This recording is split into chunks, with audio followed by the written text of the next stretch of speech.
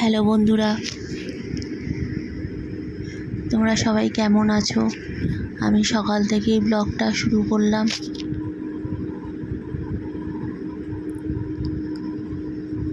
তো সকালবেলা উঠেই আমার ফার্স্ট কাজ হচ্ছে যে বোতলগুলো রাত্রিরে শেষ হয়ে যায়, বোতলগুলো ধুয়ে দিয়ে জলগুলো সব ফিল্টার থেকে ভরে রাখি। এদিকে আবার চায়ের জল বসিয়েছি, তখনও কেউ ওঠেনি। আমি সবে চায়ের জল বসিয়ে এই বোতলে জলগুলো সব ভরে রাখি।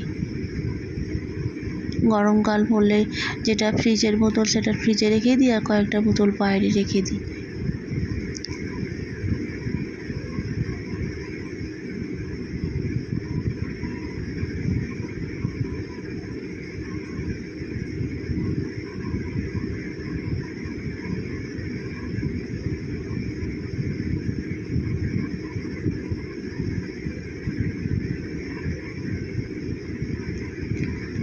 সব ভরে সব একটা দিকে রাখছি।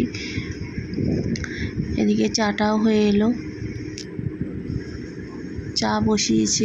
আমাদের বাড়িতে সকালবেলা চা হয়, বেশ অনেকটা করেই চা হয়। চা করে ওটা ফ্লাক্সেই রেখে দিই। অনেকে আমার মা, বাবা, আমার দেওর, আমার হাজব্যান্ড সবাই রকম অনেকবার করে চা খায়। দেখো জল ভরা হয়ে গেল। এবার ঘরে চলে এলাম। ঘরে এসে বিছানাটা তুলছি। আসলে আমার মধ্যে একটা ব্যাপার আছে কি, আমি যে কাজটা করব সেটা একদম পরিষ্কার পরিচ্ছন্ন, খুব সুন্দর, যতটা সম্ভব সুন্দরভাবে গুছিয়ে করব। ওদিকে আবার সব টাইমের ব্যাপার। হাজব্যান্ড খেয়ে বেরোবে, দেওর খেয়ে বেরোবে। মা আমাকে হেল্প করেন, কিন্তু ওনার শরীরটা তো একটু খারাপ। ডাক্তার বলেছে বেড রেস্ট। উনি রিসেন্ট হসপিটালেও ভর্তি হয়েছিলেন, ওই জন্য সমস্ত এখন আমাকে একা হাতে করতে হয়। আমাদের 5 জনের সংসার, আবার একটা ছোট ডগিও আছে। সমস্ত কিছু দেখাশোনা সব একাই করতে হয় আমাকে। সকালবেলায় যে ঘুম থেকে উঠলাম, এই ঘুম থেকে ওঠার পরে 10 মিনিটও হয় না যে একটু আমি বসবো। খালি একটু বসে চাটা খাই আর জল খাবারটা খাই, আর নাহলে আর কোনো সময় নেই। তবে তার জন্য যে আমার যে অসুবিধে বা মনের মধ্যে কিছু হওয়া, সেটা কিন্তু না। আমি চাই যে আমি কাজের মধ্যেই থাকবো।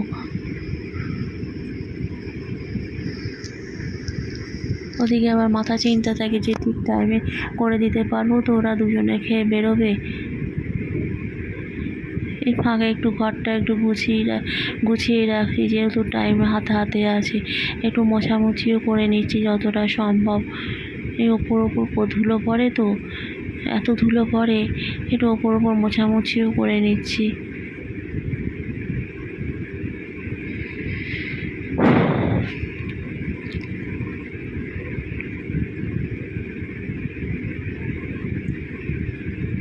তো হয়ে গেল, সব মোছামুছি হয়ে গেল।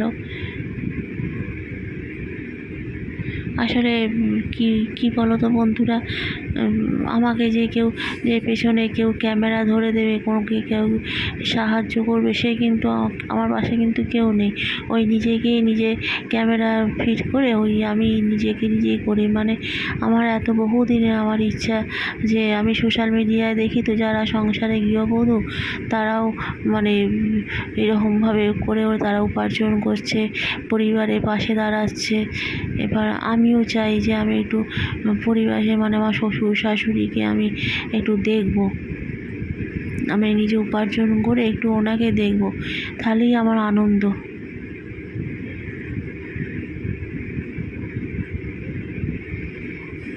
সকালবেলা ঘরগুলো একটু ঝাঁট দিয়ে দিই, একটু ভেতর ঝাঁট দিয়ে দিই, কেন কাজের দিদি আসে অনেক দেরিতে।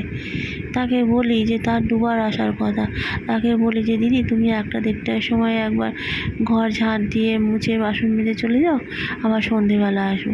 সে কিছুতেই শোনে না আমার কথা। আমি বলি, মা বলেন, কিছুতেই শোনে না। সে আসবে, সে 3টে, 3:30, 4:30 সময় আসবে। এই যে ঘরে ঠাকুর আছে বা অন্নপূর্ণা আছেন, সকালবেলা পুজো হয়ে একেবারে বাসি ঘর পড়ে থাকবে, ওই জন্য একটুখানি ঝাঁট দিয়ে রাখি। এটা আমি নিজে থেকেই মানে মানে কাজটাকে পার করেছি। কেউ আমাকে ঘাড়ে চাপিয়ে দেয়নি যে তুই সকালবেলা ঘর ঝাড় দিবি, সব করবি। আমার শাশুড়ি মা কখনোই আমার কাঁধের উপর কিছু আসছে, আমি নিজে এটা ইচ্ছা সহকারে করি যে এটা আমি করবো। তাহলে কি হয়, ঘরগুলো আর বাসি থাকে না, একটু তো ঝাঁট পড়ে, সবাই অফিসে বেরোয় করে, একটু তো ঝাঁট পড়ে। আমার এই ব্লগটা তোমাদের কেমন লাগছে একটুখানি লাইক, শেয়ার, সাবস্ক্রাইব করে দিও, যাতে আমি আরও নতুন তোমাদের উৎসাহে আমি আর নতুন ব্লগ দিতে পারি। তোমরা আমার সাথে থেকো, পাশে থেকো।